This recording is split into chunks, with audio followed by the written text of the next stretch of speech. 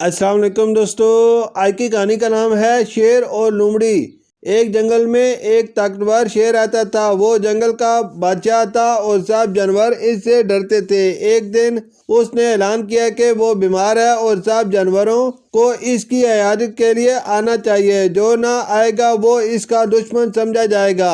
جانور ایک ایک کر کے شیر کے غار میں جانے لگے، مگر جو بھی اندر جاتا واپس نہ آتا۔ شیر دراصل بیمار نہیں تھا بلکہ بھوکا تھا اور وہ ہر آنے والے کو کھا جاتا تھا۔ ایک دن ایک چالاک لومڑی آئی۔ اس نے شیر کی غار کے باہر بہت سارے جانوروں کے قدموں کے نشان دیکھے جو اندر جا رہے تھے، لیکن کوئی بھی نشان واپس آنے کا نہیں تھا۔ لومڑی سمجھ گئی کہ اندر جانے کا مطلب موت ہے۔ لومڑی نے غار کے باہر سے ہی آواز دی، بادشاہ سلامت، میں آپ کی عیادت کے لیے آئی ہوں، مگر اندر آنے سے ڈر لگ رہا ہے کیونکہ جو بھی گیا وہ واپس نہیں آیا۔ شیر نے جواب دیا، ارے پاگل لومڑی، کیا تم مجھ پر یقین نہیں کرتی؟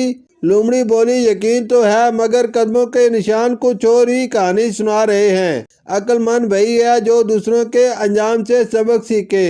یہ کہہ کر لومڑی واپس چلی گئی اور اپنی جان بچا لی۔ سبق: یہ کہانی ہمیں سکھاتی ہے کہ اندھوں کی طرح دوسروں کی پیروی نہیں کرنی چاہیے بلکہ ہوشیاری، عقل اور مشاہدہ سے کام لینا چاہیے۔ شکریہ۔